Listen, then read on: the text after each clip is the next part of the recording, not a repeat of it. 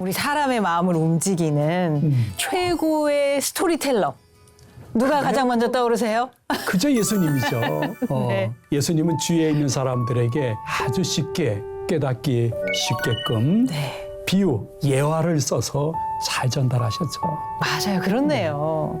오늘 이 아버지 나의 아버지의 모실 분은 그 예수님이 자주 쓰시던 그 비유를 영화에 담아서 메시지로 전하는 분이십니다. 아하. 영화로 복음의 능력을 전하는 이보람 목사님을 모십니다. 어서 오세요. 어서 오세요. 반갑습니다, 목사님. 네, 반갑습니다. 네. 반갑습니다.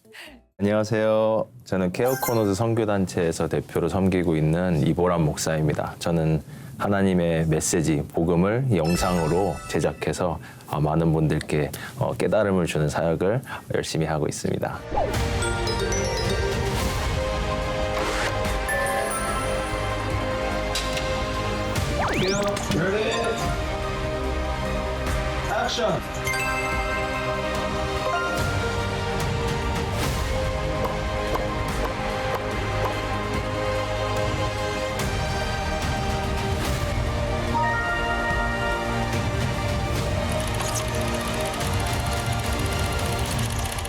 그 말씀하시니까 영화를 찍으시다가 지금 찍히시네요. 예. 찍히시는 기분이 좀 어떠신지요? 좀 낯설습니다. 항상 카메라 뒤에만 있다가 이렇게 앞에 와 있으니까 그렇죠. 조명도 어색하고 좀 어두운 곳에 가 있어야 되는데 예, 밝은 곳에 와 있어서 어색합니다. 네. 목사님 그 소개 중에 네. 케어 코너스 선교 단체라고 말씀하셨는데 그거 조금 한 번만 설명해 주세요. 케어 코너스. 네, 케어이라는 말은 다 잘 아시다시피 네. 이제 우리가 관심을 뭐 돌본다 뭐 이런 표현이고요. 코너스는 모퉁이라는 뜻이면서 동시에 어떤 공동체를 또 뜻하기도 하는데 우리가 관심을 보이고 돌보는 이런 공동체로 이제 선교단체인데요.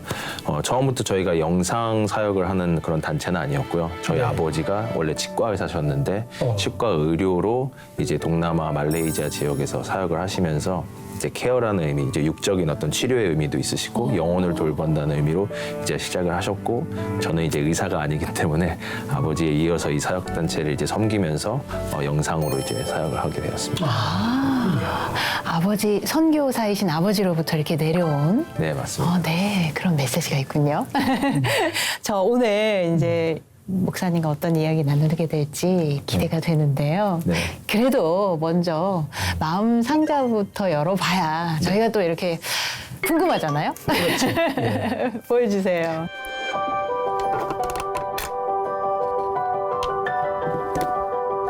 카메라입니다. 카메라. 예. 근데 목사님 이게 그러면 영상도 찍히는 건가요? 네, 맞습니다. 오. 보기에는 좀 작아 보이지만 네. 이게 벌써 한 12년 정도 넘은 모델인데요. 오. 지금은 더 이상 사용 안 하고 있고요. 근데 네. 이것을 통해서 어찌 보면 제가 지금 하고 있는 기독교 영화나 미디어 사역이 시작됐다고 봐도 될 정도로 저에게는 좀 의미 있는 그런 정말 물건입니다. 그러네요. 12살 됐군요. 네. 어떠세요? 지금 말씀하시면서 이 카메라로 찍었던 그 시절 쓱 한번 떠올려 보시면 어떤 모습이 좀 그려지세요? 우선 뭐 곳곳에 많이 이제 흔적들이 낡았고 기스도 많이 갔고 약간 애착이 가는 이유는 이게 사실 하나님께서 저는 주셨다고 믿고 있습니다. 제가 아하. 돈을 모아서 구매한 게 아니라 첫 이제 기독교 드라마를 제작했을 때는 당연히 돈이 없기 때문에 하루 뭐 이틀 이렇게 대여를 해서 장비를 촬영을 했었죠. 그렇기 때문에 그 주어진 대여 시간 안에 제작을 해야 되다 보니 아무리 대사를 길게 뭐 대본을 거창하게 만들었어도 그 대여 시간에 맞게 하루치 혹은 이틀치로밖에 네. 못 찍는다. 그런 식으로 이제 1화, 2화 그렇게 제작을 하다가 2화를 이제 어떤 기독교 영상대전에 출품을 했을 때 대상을 받아서 거기서 이제 꽤 큰 금액 1,000만 원이라는 대상 상금을 통해서 우와. 네. 처음으로 구매를 하게 된 카메라이기 때문에 제가 구매했다라기보단 하나님께서 구매하게 해주셨고 저에게는 또 동시에 2화까지만 찍고 재정도 그렇고 뭐 시간도 그렇고 더 이상 이 사역은 못하겠다라고 일회성으로만 생각했던 것이 이 카메라를 통해서 하나님께서 계속 찍어라라고 말씀을 좀 해주시는 것 같아서 좀 의미 있는 그런 물건입니다. 오, 어우, 갑자기 카메라가 더 달라 보이기 시작하는데 계속해라 일하고 주신 거네요. 우와. 근데 목사님이 하시는 그 영화 사역에 특히 영화 내용 속에 뭐 교회라든지 하나님, 예수님 이러한 내용이 들어가지 않는다는 그러한 이야기를 들었습니다. 의도적으로 빼는 것도 있습니다, 사실. 아하. 예, 그렇다고 제가 뭐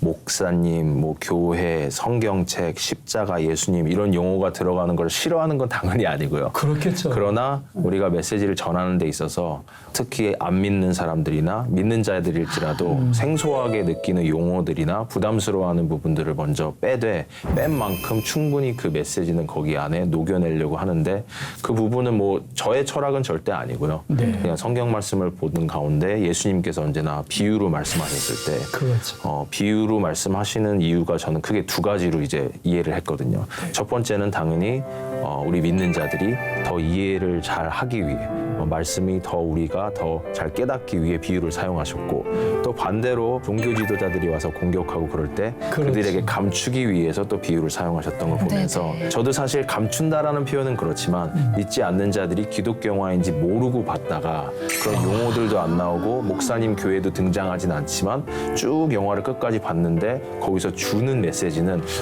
이게 뭐지? 라고 하는 나중에 알고 보니까 이게 기독교 메시지더라 라고 하는 그런 두 가지이기 때문에 그런 걸 뭔가 그 처음에 거부감 없이 스리슬쩍 스며들다가 아 하고 느끼게 네. 하고 싶으셨던 거 맞나요? 예, 맞습니다. 그래서 저희 영화는 참 신기하게 믿는 친구가 안 믿는 뭐 친구나 지인을 데리고 와서 저희 영화를 같이 보는 경우가 있는데요. 네.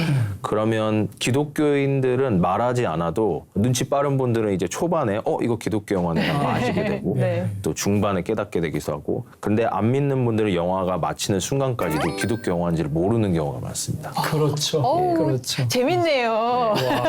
신기하기도 하고. 뱀처럼 지혜로운. 맞아요, 자유인 것 목사님. 같아요. 우린 지혜로워야 되잖아요. 그럼요. 복음을 전함에 있어서. 예. 그렇게 말씀하시고 이렇게 수영까지 있으니까 작은 예수님 뱀 같습니다. 작은 예수님 같아요. 목사님 어쩔 줄 모르시는데요, 목사님. 그 목사님께서 만드시는 영화들의 배경은 주로 어딘지, 뭐 시대는 어딘지 막 그냥 마냥 궁금해져요.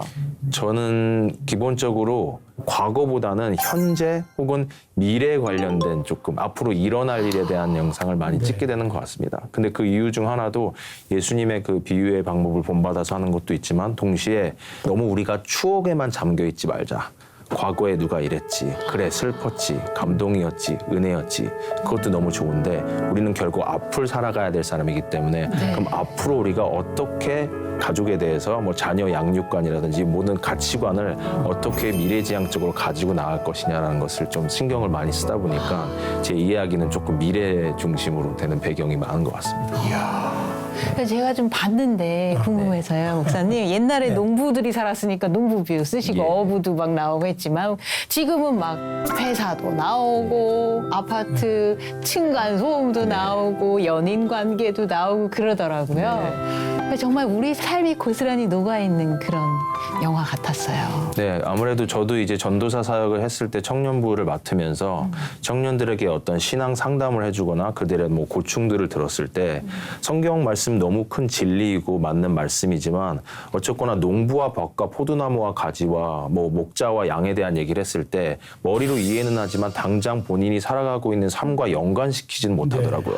왜냐면 이 친구들이 농사를 짓는 것도 아니고 양을 키우는 것도 아니고 집에 포도나무가 있는 것도 아니고 그러다 보니까 저도 모르게 이제 그들의 고충을 회사에 대해서 얘기 들었을 때 뭐 일찍 결혼한 친구들은 육아하는 거에 대해서 들었을 때 연애에 대해서 들었을 때 그들이 결국 지금 관심을 갖고 있는 건 이 분야인데 그것으로 해석을 해줘야 되지 않을까 하다 보니까 저도 시나리오를 쓸 때 성경 말씀을 비롯해서 이제 작성을 하긴 하지만 그들의 삶의 고충의 소재들이 결국 들어갈 수밖에 없는 그러다 보니까 회사 이야기를 쓰게 되고 뭐 연애 얘기를 쓰게 되고 뭐 술 담배 얘기를 쓰게 되고 뭐 재정, 뭐 투자, 펀드 이런 것까지도 좀 다루게 되는 것 같습니다. 아유, 결국 우리네 그 스토리가 고스란히 담겨 있네요. 네. 아주 굉장히 그냥 거룩한 상상력이 충만한 것 같아요. 한집입니다. 그렇지 않고서는 이렇게 어떻게 보면 거의 요한계시록처럼 미래를 바라보고 현재 속에서 미래를 조명하는.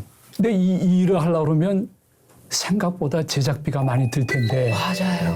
어떻게 그거는 해결하는 방법이 있으신지요? 뭐, 네, 목사님 미소가 흐뭇한 거 보니까 뭔가 안정적인 백이 있는 것 같으세요. 네, 맞습니다. 제 뒤에는 대단한 백이 있죠. 하나님이 있으시죠. 아하. 근데 하나님은 정말 필요한 만큼만 필요한 때에 직전해 주시더라고요. 이야. 네, 영화라는 것은 사실 제작 전에 어느 정도 예산이 편성되는지에 따라 그렇죠. 우리가 얼마의 배우를 더 섭외할 수 있고 어떤 로케이션을 사용할 수 있고 심지어 해외 촬영도 가능한 것인가 그것에 따라 우리가 누울 자리를 벗고 다리를 뻗는다고 말하는 것처럼 그렇게 제작이 될 수밖에 없거든요. 네. 드라마나 영화나 심지어 예능까지도. 근데 하나님은 그렇게 미리 제작비를 편성을 해주시기도 하지만 모르겠습니다. 저한테는 그렇게 안 해주신다는 게 네. 느껴졌습니다. 좀 무식하면 용감하다고 저는 이 제 촬영 방식을 냉장고를 부탁해로 비유하거든요. 아. 저희가 냉장고를 열면 네. 그 안에 있는 재료로만 사실 요리를 15분 동안 해야 되는 거잖아요. 네. 거기에 뭐가 없다고 해서 저 마트 가서 뭐 하나만 더 사오겠습니다 할 수가 없는 것처럼 저도 처음부터 대본을 쓰는 것이 아니라 저에게 지금 주어진 장소와 네. 뭐 지인을 통해서 그게 뭐 편의점이든 정육점이든 카페든 어느 장소를 사용할 수 있는지 그리고 또 출연해 줄 수 있는 주변의 지인 배우분들이 몇 분 계신지 배우가 아닐지라도 그냥 연기해 주실 수 있는 분 그리고 또 그분들이 365일 언제나 시간이 되시는 건 아니기 때문에 저에게 누구는 화목 누구는 월수 아하. 누구는 주중에 다 되는데 퇴근 이후에만 그거에 목사님 따라 너무 머리가 복잡해지기 시작했어요. 타임테이블을 만들고 네. 장소와 인력과 소품과 이런 거를 갖고 냉장고를 부탁해도 15분 만에 요리를 해야 되는 것처럼 네. 저도 2주 안에 이거를 빨리 대본을 써야 되는 겁니다. 와. 제가 그게 확정됐다고 뭐 한 6개월 동안 대본 쓰고 그럼 연락 드릴게요 하면 그 사이에 뭐 시집 가시고 뭐 취직하시고 그렇죠. 이사 가시고 편의점 갑자기 폐업한다고 그러시고 네. 이런 일도 실제로 일어났었거든요. 진짜예요? 그래서 저는 대본을 그게 확정되는 순간 재빨리 2주 안에 써서 제작이 들어가야 됩니다. 이야. 있으면 있는 대로 없으면 없는 대로 그렇게 네. 제작을 해서 냉장고를 부탁해 방식으로 촬영을 진행하고 있습니다. 이야. 야, 이런 영화 제작 과정을 감히 누가 상상했을까? 그 컨피던스라는 영화를 제작할 때 또 네. 하나님의 특별한 은혜, 개입을 한번 경험했다는 말씀 들어봤는데 한번 말씀 주실 수 있는지요? 네, 컨피던스라는 영화는 말 그대로 이제 자신감. 네. 저는 사실 담대함이라는 히브리서 10장 35절 말씀을 중심으로 대본을 작성을 했던 영화였는데요. 네. 작성을 하다 보니까 저도 모르게 아까 말씀드린 대로 냉장고를 부탁해처럼 냉장고 안에 들어있는 거로만 작성을 해야 되는데 어찌 보면 이렇게 회사의 이야기를 다루는 거다 보니까 전체 회사 건물이 필요한 스토리가 됐습니다. 그래서 저는 우리 신앙생활을 회사 생활로 비유해서 이제 회장님을 하나님으로 비유했고 그 직장인들을 우리 일반 신앙인들로 비유를 해서 그 가운데 누가 회장님이 기뻐하는 직원인가 한마디로 하나님이 누가 기뻐하는 자녀인가 그리고 어떤 자세로 회사를 다녀야 되냐 그런 것처럼 어떤 자세로 우리가 신앙생활을 해야 되냐 그 영화를 만들려고 했는데요. 대본을 다 완성하고 나서 보니까 이거는 거의 한 건물이 필요한 영화가 돼버린 거예요. 네. 그러니까 당연히 이제 저는 건물은커녕 뭐 한 층도 사용할 수 없는 상황이기 때문에 이제 대본을 접으려고 했었는데 제 아내가 이제 기도하는 가운데 하나님께서 계속 그걸 작성하라는 마음을 주신다. 그리고 건물이든 뭐든 주실 것 같다라는 얘기를 해서 제 주변엔 뭐 재벌도 없고 건물이 계신 분도 아무도 없는데 이게 가능할까 했는데 제가 이제 유튜브에 영화는 아니지만 다큐멘터리처럼 제작한 영상이 몇 개 있었거든요. 네. 근데 그 영상을 어떤 실제 어느 회사의 회장님께서 보시고 이 영상 누가 만들었는지 비서실에 연락해서 알아봐라 해서 비서실에 연락이 온 거죠. 이야. 근데 저는 그때까지만 해도 그 무슨 회장님인지도 모르고 그분이 건물이 있는지 없는지도 모르고 그냥 교제 차원에서 이제 찾아뵙고 인사를 드렸다가 사역 얘기를 나누는 가운데 다음에 이런 영화를 찍으려고 합니다 하면서 저도 모르게 혹시 건물 같은 게 있으신가요? 라고 질문을 했는데 흔쾌히 있다 왜 그러냐 이런 영화를 찍으려고 합니다. 혹시 사용할 수 있을까요? 하면 그러면 우리 비서실에다가 얘기해 둘 테니 다음 날 와서 답사를 해봐라. 그리고 그분은 해외로 다시 나가셨어요. 아하. 근데 저는 그때부터 감사했지만 이게 과연 하나님의 뜻일까라는 좀 앞서가고 싶지 않은 마음에 네. 이제 아내랑 답사를 그 회사 앞까지 가서 들어가기 전에 기도를 했죠. 둘이 손잡고 누가 나오실지 모르겠지만 나와서 흔쾌히 웃으면서 장소를 막 소개해 주시면 이건 하나님이 뜻하신 거로 받아들이자. 근데 그분이 만약에 좀 표정 안 좋은 상태에서 귀찮아하면서 뭐 여기도 쓰셔야 돼요. 뭐 여기도 열어드려요. 이렇게 한다면 이거는 우리가 앞서가는 거일 수도 있다. 다시 한번 기도해보자 했는데 비서실장님과 또 다른 분 두 분이 나오셨는데 우선 식사부터 하자고. 그 사내 식당 가가지고 식사를 하면서 여기도 쓰면 좋겠다고 빨리 먹으라고 보여줄 때 있다고 하면서 정원도 보여주시고 옥상도 보여주시고 회장실까지 들어가서 여기를 써도 된다고 하기 때문에 전 이거 써도 되는 거예요? 하는데 그럼요. 이 장소 나와야 되지 않아요? 하는데 알고 보니까 그 회장님이 그 짧은 사이에 그 직원 모두는 아니지만 그래도 좀 높은 그 이사진들 포함해서 링크를 다 보내셔서 저희 예전 영화를 다 보게 하셨더라고요. 이야. 또 그분들이 크리스찬이셔서 적극적으로 도와주셔서 저희가 사실 비용으로 치면 모르겠습니다. 수천만 원 들어야 되는 그 건물을 저희가 2달 반 동안 전혀 돈 안 내고 사용할 수 있었던 영화가 되었죠. 바로 시선 주자마자 바로 레디 액션. 이 최대리 액션.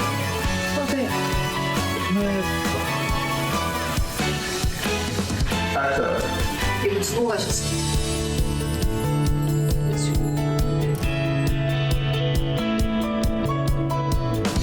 목사님 그냥 궁금한데 그 회사 직원들 퇴근한 다음부터 그럼 촬영이 시작된 거겠죠? 네, 거기도 그래서 은혜가 있는 게 어쨌거나 뭐 중간에 가서 이제 찍을 수는 없고 보통 6, 7시에 이제 퇴근하고 그때 찍어야 되는데 저희 영화가 항상 그 야간 씬만 나오는 건 아니거든요. 그렇죠. 예. 그렇다고 저희가 조명을 그 17층짜리 건물 위에다가 뭐 띄울 수는 없는 상황이고 그래서 유일하게 촬영할 수 있는 게 주말이었습니다. 토요일과 주일인데 아하. 문제는 저희 영화에 출연하는 대부분의 배우분들이 다 주말에 교회에서 한가닥 하시는 분들이거든요. 그렇죠, 그렇죠. 총무, 회장, 찬양팀 뭐 섬기시는 게 많기 때문에 토요일은 거의 교회에서 사시는 분들 위주라 네. 거의 이거 힘들지 않나. 그리고 또 저희가 하필 촬영했던 그 2달이 공휴일이 거의 없는 달이었어요. 아이고. 그래서 어때요? 어떻게 하지 했는데 사실 영화라는 게 재정도 물론 힘들고 뭐 대본 쓰는 것도 쉽지 않지만 배우들 스케줄 맞추는 게 가장 어렵습니다. 이 배우 생활만 하시는 분들이 아니기 때문에. 네. 근데 신기하게도 이런 이유로 배우분들이 다 다른 교회를 다니시는데도 어떻게 그 날짜들이 다 맞았어요.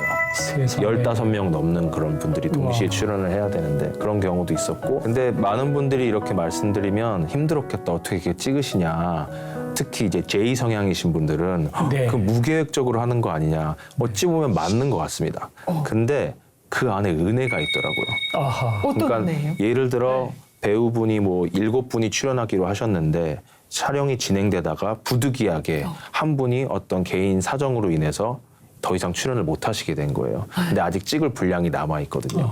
원래 영화나 드라마라는 것 자체가 뭐 날씨도 그렇고 변수가 생기기 마련이지만 이건 변수 정도가 아니라 그냥 전체를 다 그냥 틀어야 되는 그런 경우가 있는데 그 당시는 저도 인간인지라 당황스럽고 어떻게 해야 되는지 모르겠지만 나중에 다 편집이 되고 완성된 거를 보면 하나님이 트신 이유가 있었구나. 또 그래서 스토리가 또 좋게 변경되었구나라는 거를 여러 번 이제 경험하다 보니까 중간에 그렇게 배우가 하차를 하든 뭐 장소를 갑자기 못 쓰게 돼도 이제 어떠한 흔들림 없이 다른 장소로 대본을 바꿔야겠네 해서 그 직접 카메라가 다 세팅된 그 상황 속에서 20-30분 안에 대본을 다 바꾸는 경우도 많습니다. 하나님도 무에서 유를 창조했잖아요. 그렇죠. 그 하나님의 자녀니까. 그렇죠. 아마도 목사님이 그냥 생각하시면 하나님이 결제하시는 것 같아요. 네. 아, 멋있다. 그래가지고선 정말 믿지 않는 분들도 잘 기독교 영화는 재미없어 지루해 하는 편견을 위한 편견을 깨버리는데 대단한 역할을 하신 것 같습니다. 아닙니다. 네. 최근에도 좀 계속 촬영하는 것이 있다고 했는데 좀 궁금합니다. 지금도 계속 이어서 영화를 제작을 하고 있고요. 네. 최근에 이제 영화를 몇 편 만들다 보니까 많은 분들이 기독교 영화 잘 보고 있습니다. 혹은 영화 사역 응원합니다. 제일 많이 말씀해 주시는 것 같아요. 너무 감사하죠. 너무 위로가 되고 격려가 되는 말씀이지만 저는 사실 제 사역을 영화 사역이라고 생각하지 않거든요. 영화라는 건 어쨌거나 우리가 어떤 작품성이 필요하고 또 심지어 어디에 출품해서 수상을 하기도 네. 하고 그래서 제가 영화를 전공한 사람이 아니다 보니까 영화 기법이라는 게 다 있죠. 시나리오도 작성하는 그 어떤 포맷이 다 있고요. 근데 저는 그것을 깨부신다라기보다 애초부터 전 영화라고 생각하지 않고 메시지가 전달돼야 되는 거다라는 생각하기 때문에 뭐 기승전결 이런 게 중요한 게 아니라 아무리 영화가 작품성이 있고 뭐 어디 가서 대상을 받는들 이 영화를 보고 한 명도 은혜 받지 못했다. 그럼 저는 영화는 실패했다고 봅니다. 그게 조회수가 아무리 뭐 100만 회가 나오고 상을 몇 개를 타도 의미가 없다고 생각을 하죠. 네. 근데 반대로 조회수가 1밖에 안 나오고 어디에 출품할 그런 포맷도 갖추지 못한 영상이라 할지라도 그 영상을 보고 한 명이라도 은혜를 받고 회개하며 하나님께 돌아왔다면 저는 그건 하나님께서 기뻐하시는 영상이라고 아멘. 생각을 합니다. 그래서 그런 위주로 좀 사역을 하다 보니까 부딪히는 면도 없진 않습니다. 출연해 주시는 분들 포함해서 많은 분들이 이렇게 하면 좋지 않을까요? 저렇게 하면 좋지 않을까요? 저도 인간인지라 이렇게 하면 더 멋있게 나올 것 같은데 이렇게 하면 좀 더 웃길 것 같은데 근데 웃김이 오히려 지금 전달하려는 이 씬에서의 중요한 메시지를 희석시키진 않을까 해서 웃기지만 편집 때 빼버리기도 합니다. 그러니까 남들이 보면 사실 이해할 수 없는 거죠. 그게 되게 아주 재밌는 장면이 될 수도 있는 건데 그러니까 그런 밸런스를 맞추다 보니까 되게 설교와 저는 비슷하다고 봅니다. 왜냐하면 저는 메시지 영상, 영화 사역이 아니라 설교 영상을 만든다고 저 스스로는 생각을 하는데 목사님도 잘 아시겠지만 설교라는 것이 사람들을 웃기려고 강대상에 서는 게 아니잖아요. 그렇죠. 네, 사람들이 오늘 몇 번 웃어서 오늘 설교 잘했다가 아니라 한 번도 웃지 않았을지라도 그 중에서 정말 하나님께 돌아오는 자가 있고 무릎 꿇는 자가 있었다면 하나님께서 기뻐하는 설교였다고 생각하는 것처럼 좀 그런 중심으로 많이 하는 것 같습니다. 그 영화 자체의 목적이 다르네요. 네. 그렇죠? 메시지를 위해서 재미 요소가 필요하다는 의미가 있지만 이 재미 요소를 위해서 메시지가 희석되면 전혀 의미가 없다. 예. 어쩌면 확고한 가치관을 갖고 계셔서 이게 나름 저는 좀 부담감이나 무게감 이런 게 어깨에 느껴지실 것 같아요. 요즘 미디어 시대이고 또 우리 크리스찬들이 워낙 재능과 은사가 많은 분들이 또 예술적으로 많으시다 보니까 어쨌거나 예술이라는 것이 결과물이 나오잖아요. 안무를 짜서 댄스가 나오고 대본을 써서 영화가 나오고 뭐 작품을 써서 뭐 공연을 하고 결과가 모든 것이 하나님께서 보여지는 것이다라는 생각에 조금 갇혀 있는 게 저는 아쉬운 거예요. 하나님은 사실 제가 기독교 영화를 한 편을 만든들 100편을 만든들 사실 관심 없다고 저는 알고 있거든요. 제 영화가 없어도 하나님께서 마음만 먹으시면 수만 가지의 방법으로 복음 전하실 수 있으세요. 근데 저희는 어느 순간 내가 영화를 잘 만들고 내가 뭘 잘하니까 이게 있어야 하나님을 내가 좀 도와드리는 거야. 하나님은 내가 없으면 복음 전하기 어려워하실 거야라는 그 작품성과 나의 결과에 조금 갇혀 있는 걸 좀 보게 됩니다. 그래서 저는 영화가 심지어 망해도 이 영화가 하다가 무산되어도 저희 같이 함께 촬영하고 제작하는 저희 멤버들에게 늘 얘기합니다.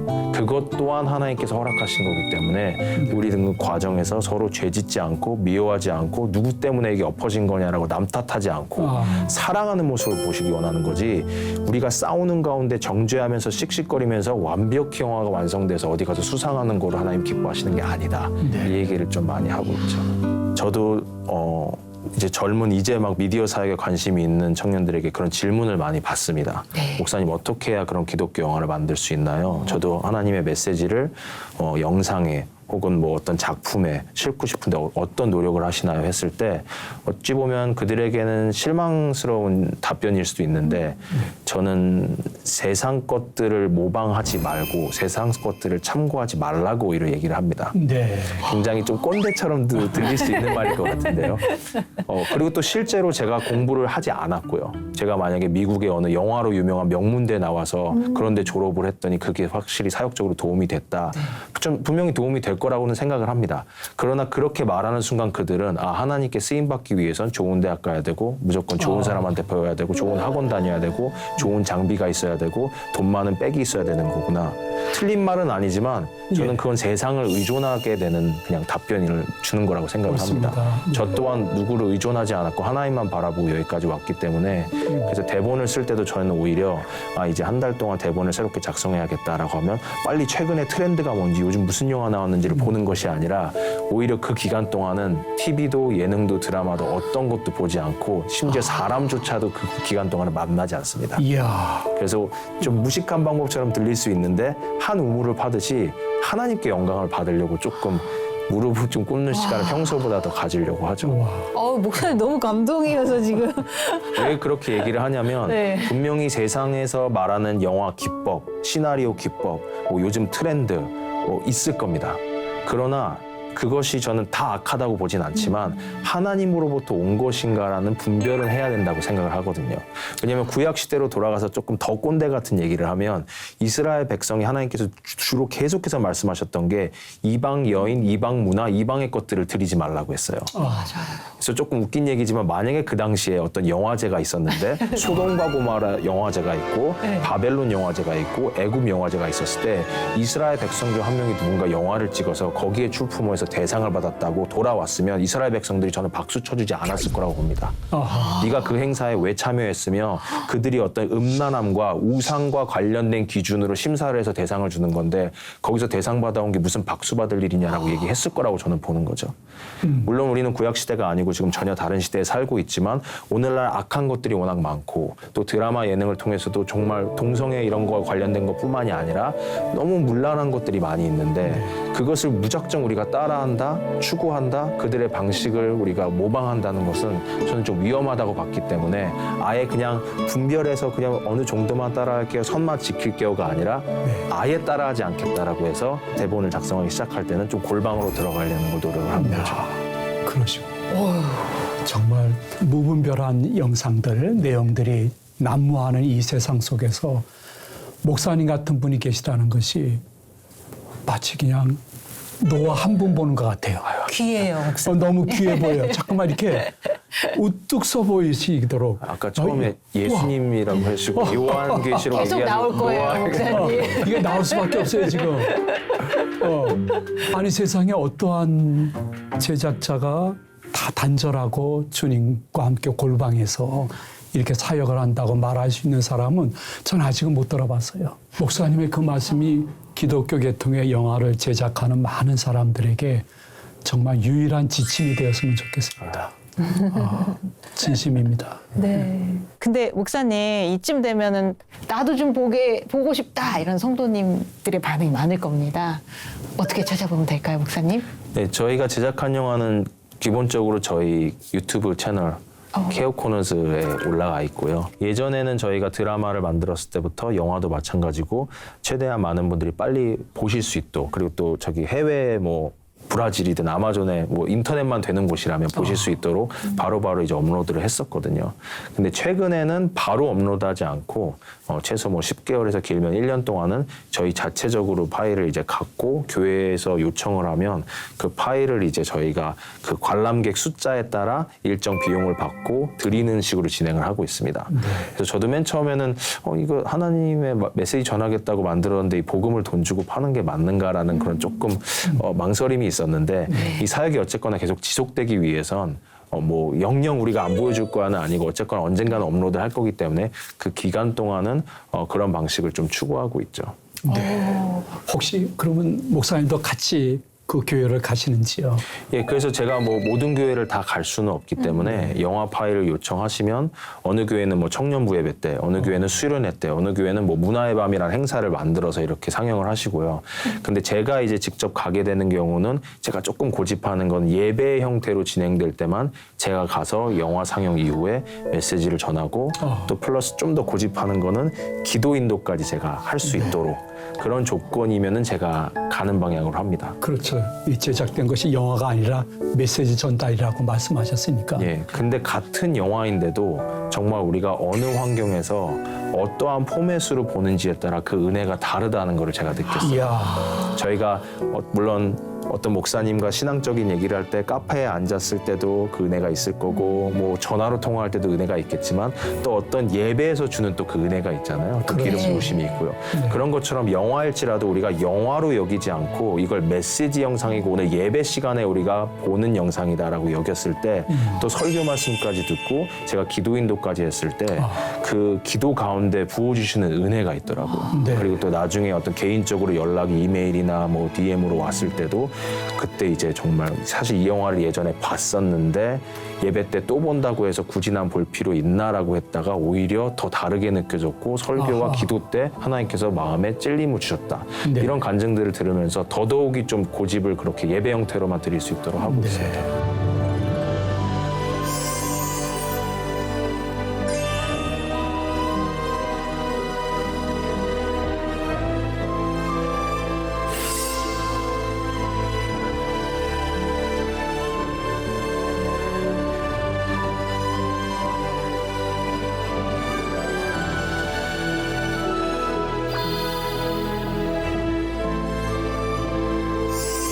반전을 통해서 일하시는 하나님을 느끼려면 목사님도 엄청나게 유연해지셔야겠다라는 생각도 들었어요. 네, 진짜 이 영상뿐만 아니라 사실 선교 사역도 뭐 교회 개척도 뭐 어느 사역이나 하나님 일을 하는 사람들은 우리가 성경 인물만 봐도 언제나 방향을 트시잖아요. 네. 될 것 같은데 갑자기 네 아비 집을 떠나라고 하시질 않나. 그런데요. 뭐 세우실 것 같아도 기름 부으시고 나서 다윗처럼 도망자 생활을 하게 하지 않으시나. 네. 뭐 요셉한테 꿈을 보여주시고 노예로 팔려가게 하지 않으시나. 다행히 저는 이제 도망자 생활이나 노예 생활을 안 하고 그러니까 대본 하나 바꾸는 정도면 괜찮지 않나라는 생각을 하고 있습니다.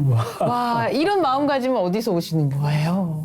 그래서 잘 모르겠습니다. 근데 어쨌거나 저도 선교사 자녀로 이제 자라다 보니까 아버지께서 이제 제가 초등학교 2학년, 3학년 나이 때 이제 해외 여러 곳을 돌아다니면서 거의 10개월 단위로 잠깐 미국에서 살았다가 또 10개월 캐나다에서 살았다가 다시 한국에 들어와서 10개월 살면서 온 가족이 이제 중국 선교 들어간다고 중국어 배우고 또 다 싱가포르에 가서 10개월 살았다가 또 말레이시아 가서 이제 9년 살았다가 또 뉴질랜드에서 대학 생활하다가 그런 상황이 있었다 보니까 지금 돌아보면 다른 분들이 뭐 어린 시절 힘드셨겠어요. 뭐 전학도 많이 가고 말씀해 주시지만 제 입장에서는 그것이 저를 좀 더 유연하게 혹은 적응력이 좋게 만들어준 게 아닌가 생각이 듭니다. 미리 다 준비시키셔 놓고 카메라 딱 상급으로 주시면서 let it go 딱 하셨고 그렇게 다양한 나라와 인종을 경험했던 삶이 지금 시나리오를 쓰는데 어떤 도움을 줬을까 궁금해지기도 해요. 그래서 저도 사실 이런 대본을 작성하는 데 있어서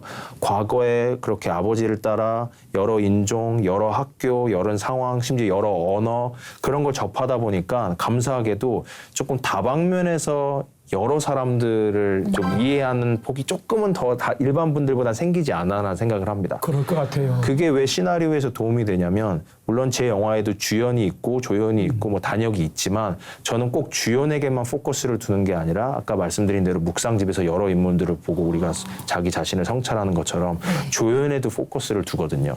그래서 저는 이 영화 같은 경우 이제 캐릭터를 저는 MBTI도 다 정해놓고 이제 대본을 작성을 합니다. 아, 진짜요? 예, 중복되지 않도록 이 캐릭터들이. 근데 그런 것들이 단순히 MBTI가 아니라 나라마다 환경이 다르고 선교사 자녀로 자라네. 혼혈인 친구, 해외에서 어학연수 3년간 갔다 온 친구, 반은 해외에서 반은 국내에서 자란 친구 다 가치관과 문화관과 성격과 다르거든요. 심지어 가정에서 믿는 부모님 밑에서 자란 친구, 뭐 모태신앙으로 자란 친구 그런 것들이 조금 모르겠습니다. 저는 영화 시나리오를 쓰는데 확실히 도움이 많이 되는 것 같습니다. 그렇겠네요. 근데 이제 아버님이 선교사로서 살아오셨으니까 이제 어려서부터 보셨을 거 아니에요? 그래서 어쩌면 아버지의 그늘 아래서 신앙이 이렇게 자라나고 있었을 텐데 정말 하나님 앞에 내가 1대1로 부르짖고 간절히 기도했던 때 떠올리시면 언제인가요? 네, 되게 부끄러운 얘기지만 모태신앙이고 선교사 자녀로 자랐지만 뭐 어렸을 때부터 믿음이 좋았던 건 절대 아닙니다. 그냥 부모님 따라 교회를 다녔고 부모님 따라 선교지를 나갔고 부모님이 뭐 인도하시는 가정예배 열심히 참석하면서 뭐 그렇게 신앙생활을 대부분 모태신앙이 이제 밟아오는 과정을 밟아왔었는데 네네. 오히려 한국에 이제 들어와서 군입대를 해서 그 군 생활 내에 조금 어려운 상황 속에서 하나님을 좀 스스로 찾을 수밖에 없는 그런 상황이 저한테는 가장 좀 믿음이 성장하게 만들었던 것 같아요. 근데 군대 안에서 좀 고참이 괴롭히는 것도 있었고 또 한국말을 지금은 잘하지만 아주 유창하진 않았기 때문에 초중고를 어쨌거나 해외에서 영어로 공부해서 모르는 단어들도 많았고 그래서 좀 군대 용어 어렵잖아요. 예. 근데 심지어 조교로 착출돼서 더 말을 또박또박 아이고. 잘하면서 가르쳐야 되는 입장이었기 때문에 여러 가지로 저한테는 좀 고난의 어학연수였습니다. 이야. 고난의 어학연수. 예, 우선 군대에서는 뭐 많은 남성분들은 다 알고 계시겠지만 처음에 훈련병 시절을 지나고 딱 자대 배치를 받으면 보직이 정해집니다. 네. 너는 뭐 소총수다, 너는 뭐 헌병이다, 너는 취사병이다. 그리고 특별한 일이 있지 않는 한 전역할 때까지 그 보직은 바뀌지가 않습니다. 근데 저는 조교로 착출되어서 조교를 하게 되었고 근데 한국말을 못하고 막 공부를 하고 외워야 되고 암기해야 되다 보니까 너무 힘들었죠. 그래서 막 기도하는 가운데 하나님이 보직을 바꿔주실 수 있나요 했는데 안 될 것 같은 생각이 드는데도 열심히 기도를 했는데 어느 날 갑자기 신병교육대장님이 저를 부르시더니 여기 신상명세서 보니까는 뭐 영상 전공 1학년 다니다 왔다고 했는데 할 줄 아냐. 근데 저는 한 학기 정도만 다니고 왔기 때문에 아는 게 아무것도 없었거든요. 그쵸, 이론만 배우다 오셨겠죠. 하는 게 없습니다라고 네. 대답했는데 아유 뭐 할 줄 알면은 여기 신병교육대 소개 영상 만들면 포상휴가 하나 주려고 그랬는데 그럼 안 되겠구나라는 말을 듣자마자 한번 해보겠습니다 라고 해서 카메라를 받았는데 네. 그 당시에보다 훨씬 더 옛날 막 이 보면 흑백으로 나오는 아이고. 테이프 돌리는 막 구닥다리 캠코더를 주면서 제작을 해보라고 하시는 거예요.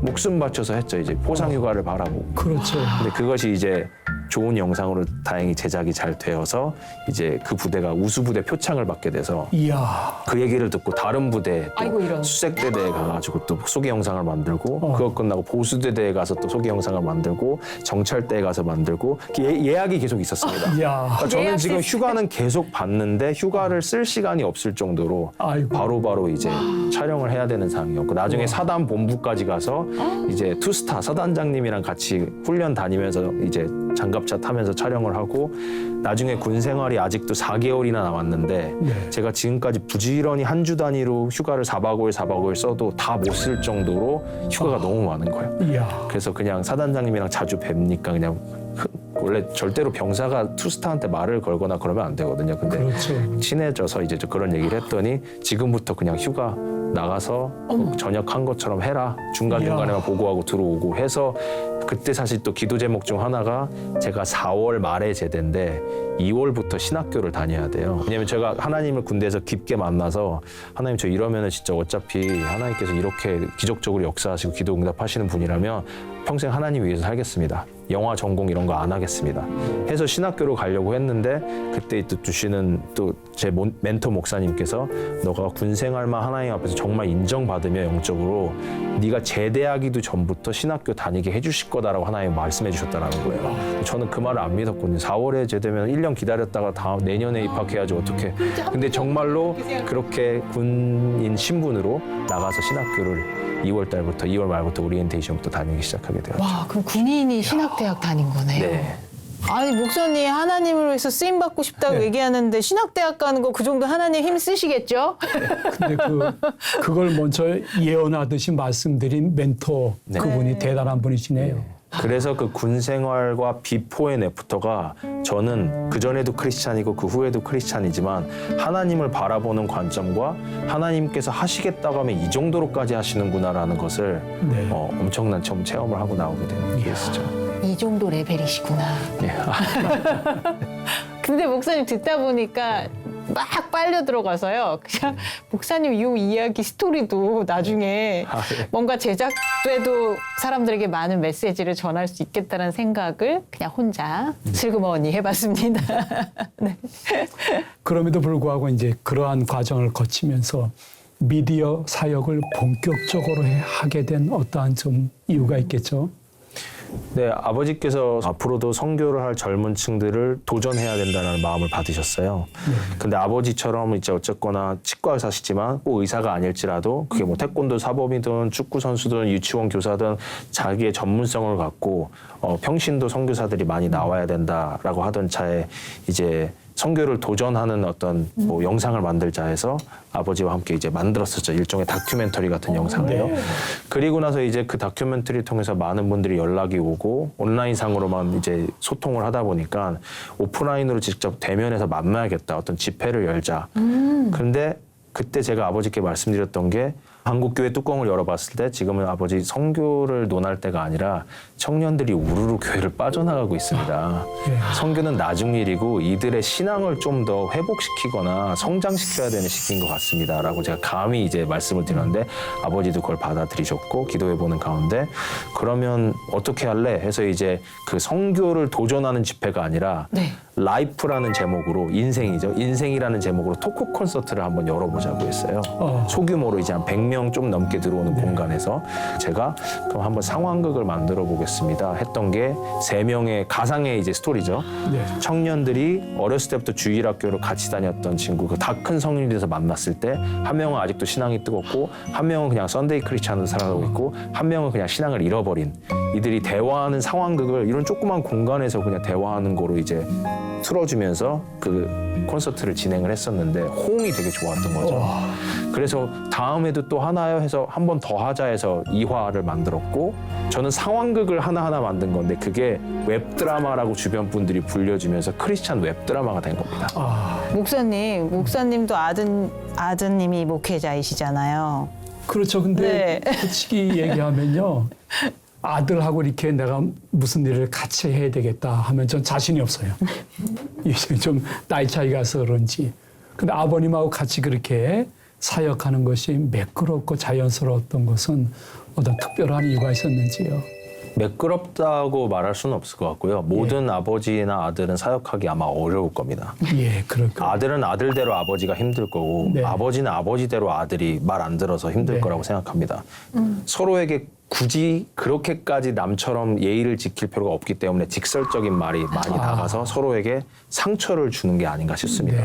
근데 그런 부분에서 이제 아버지는 그래도 조금 저와 형을 포함해서 두 사람에게 조금 존중 아닌 존중을 해주는 게 있었고 그렇다고 오냐오냐 키웠다는 건 아니고 매우 엄하게 그러나 아버지께서 타치하실 영역이 아닌 것은 자율적으로 그렇기 때문에 어떤 부분은 아버지께 제가 타협이 안 되고 순종해야 된다는 걸 알고 있고 어느 부분은 내가 알아서 해야 되는 거 아버지가 타치 안 하시는 거구나가 있었기 때문에 저도 다행히 원래 아들로서 당연히 부모님 말씀에 순종해야 되고 제가 토를 달면 안 되지만 아버지께서 제가 그래도 좀 넘어와서 아까처럼 지금 선교를 논할 때가 아니라 아버지 제 생각엔 청년들의 신앙을 회복해야 될 때면 네가 뭘 한다고 그래가 아니라 그래? 그 일리가 있네. 한번 얘기해봐. 뭔데? 해가지고 들어주시는. 그러니까 그런 식으로 아들과 아빠 관계임과 동시에 동역자처럼 좀 대해주셨던 것이 지금 이 사역이 계속 지속이 될 수 있지 않았나 생각이 듭니다. 저도 엄마로서 두 아들 키우면서 항상 그 중간선이 어렵거든요. 근데 권위로 누르신 건 아니잖아요. 이렇게 엄하시지만 존중을 해줬다. 근데 그 기준이 궁금하네요. 그 존중이라는 게 우리는 너 그거 하고 싶어? 그럼 해. 엄마가 도와줄게. 뭐 학원비 얼만데가 아니라 하고 싶어? 그럼 네가 기도해. 예를 들어서 대학교 같은 경우도 입학금만 내주시고 아빠도 서울대 치대 들어가서 할아버지가 입학금만 내주고 아빠가 알아서 생활했어. 그때 아빠가 신앙 성장한 거야. 너도 입학금 내줄 테니까 그 다음부터 네가 알아서 해. 휴학을 하던 군입대를 하던 신학교를 가던 하나님께 무릎 꿇고 너가 의존해라. 그게 아버지의 의미에서 존중이에요. 그러니까 우리가 생각하는 존중이 뭐 어유 대단하네 대단하십니다 존중이 아니라 너가 하나님 앞에서 너가 스스로 그럼 신앙을 찾아. 아빠가 타치 안 할게. 그 대신 그 책임은 너가 져야 되는 거다. 그게 아버지의 의미의 존중이에요. 근데 저는 그게 어찌 보면 오늘날 이 시대 좀 냉정하시다. 어떻게 자녀를 그렇게 무책임하게 하시나라고 보일 수 있는데 지금 돌아보면 그렇게 하지 않았다면 저는 지금까지도 하나님 의존하지 않고 부모님한테만 손 벌리고 있지 않았을까 생각도 듭니다. 그러네요. 오늘 또 중요한 걸 배운 것 같아요. 그 아버지의 그 아들입니다. 그러니까요. 목사님 아까는 그 청년들에 대한 비전 이런 것도 마음에 품고 계셨던 것 같고요. 또 지금 말씀 중에는 자녀, 뭐 가정사역 이런 거에 대한 또 어떤 사명도 느껴집니다. 이거 관련된 강의도 하고 계신다고 들었어요. 정말 최근 들어서 계속해서 가정, 특히 자녀 교육에 대한 영상 또 강의, 설교를 많이 하게 되는 것 같아요. 근데 그 이유 중 하나는 우선 제 나이가 벌써 이제 40대 중반이 돼서 저도 그런 거에 관심이 가져서 그런 것도 있겠지만 그러다 보니까 저도 모르게 좀 초등부, 중등부, 청년부 이렇게 전도사 사역하면서 어린애들을 봐왔고 분명히 어렸을 때부터 주일학교 때 뭐 달란트 시장도 항상 1등하고 뭐 그랬던 친구가 왜 갑자기 성인이 되면은 믿음을 잃고 무슨 일이지? 그렇죠. 이런 것들을 좀 분석적으로 시나리오는 아니지만 제가 워낙 그런 심리학이나 MBTI에 관심이 많다 보니 좀 상대적으로 부모가 믿을 때, 안 믿을 때, 모태신앙일 때, 주일학교 나왔을 때 뭐가 다르지? 그런 면에 있어서 좀 저에게는 좀 개인적으로 재미있는 사역입니다.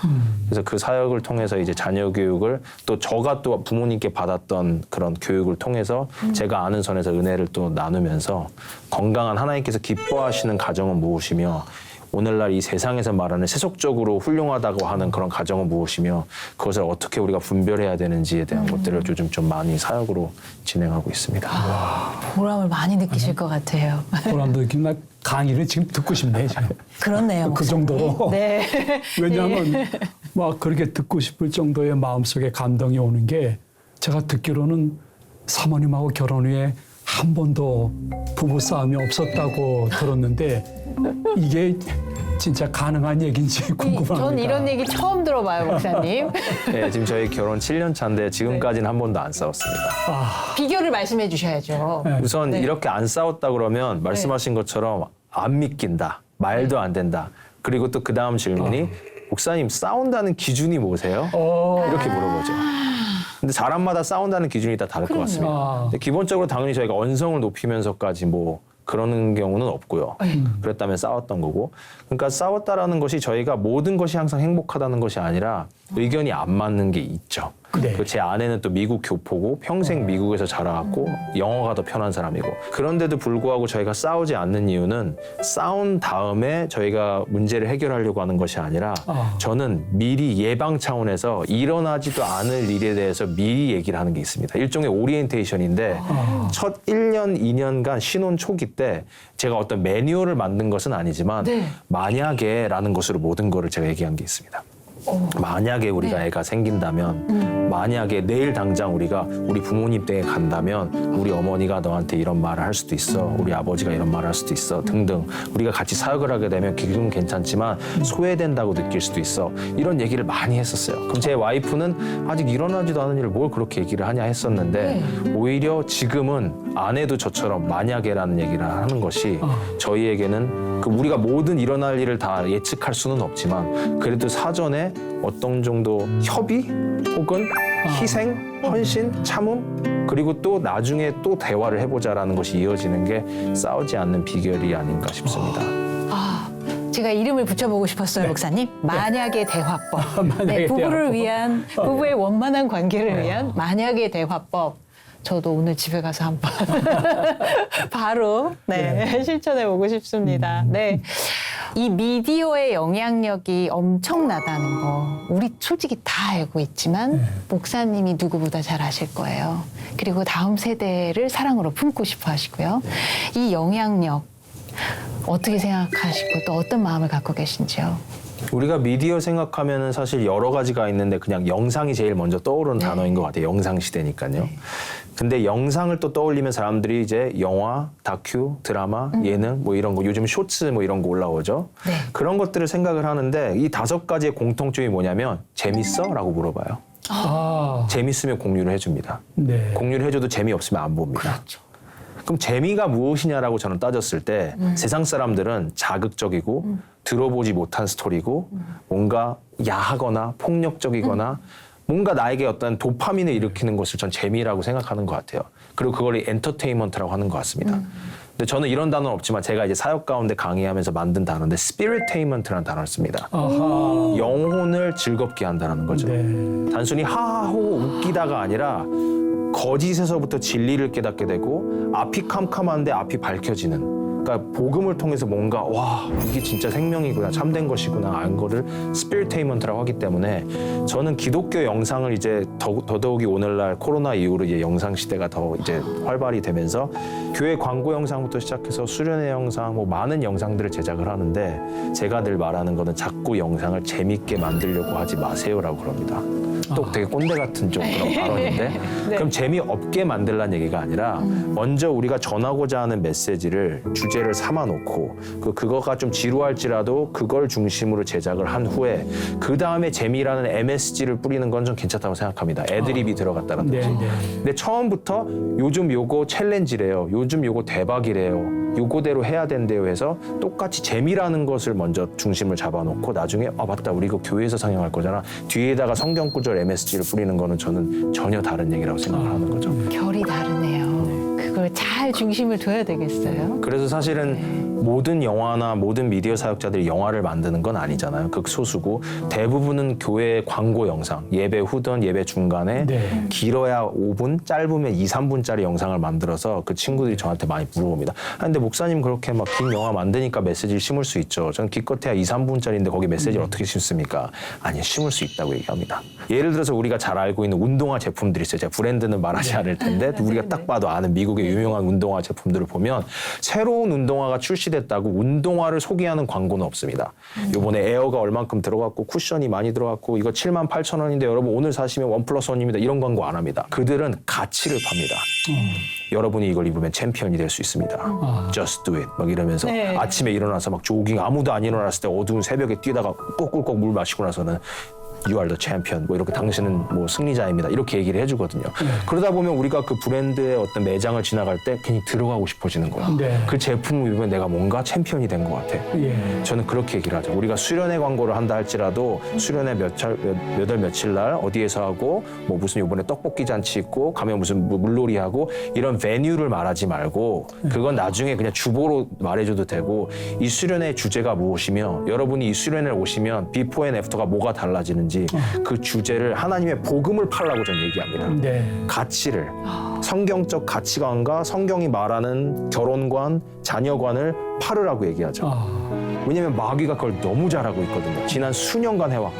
근데 왜 기독교인은 그걸 안 하냐고 오히려 그걸 모방하고 있냐는 것이 제가 안타까운 제 부분인 거죠.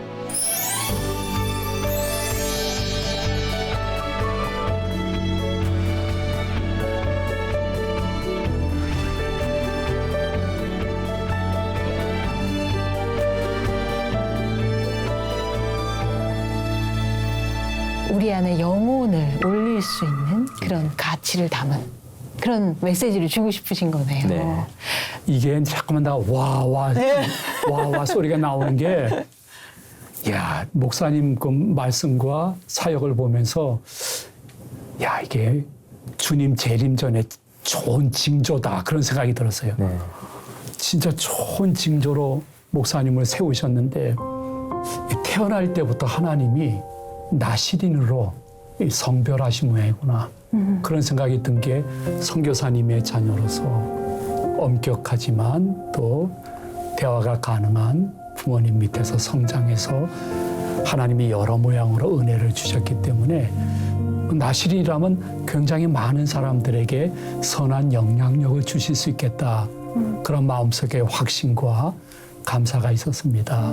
그리고 돈에서 해방된 사람 같아요. 그거 중요하잖아요, 목사님. 좀 미디어 사역하는데 목사님에게는 돈이 없다는 게 불행이 아니라 그냥 잠깐 불편한 것뿐이지 아버지 하나님께서 주시는 복음의 가치를 내가 끝까지 붙잡으면 그분이 앞서가시며 역사하신다는 정말 많은 시청자님들에게 좋은 교훈을 주셨고 그것이 계속 시나리오 작성하고 사역하는데 엄청난 도움과 힘이 되시기를 진심으로 소망을 드립니다. 네, 감사합니다. 이렇게 영혼을 깨우는 메시지가 네. 그 믿는 사람이건 믿지 않는 사람이건 그 모두에게 널리 퍼져나가길 기대하면서 오늘 귀한 말씀 나눠주신 목사님께 감사의 말씀 전합니다. 네, 감사합니다. 네. 네. 저희는 다음 시간에 은혜와 감동이 있는 이야기 가지고 다시 여러분을 찾아오겠습니다. 함께해 주신 여러분 감사합니다. 감사합니다. 감사합니다. GOD Good TV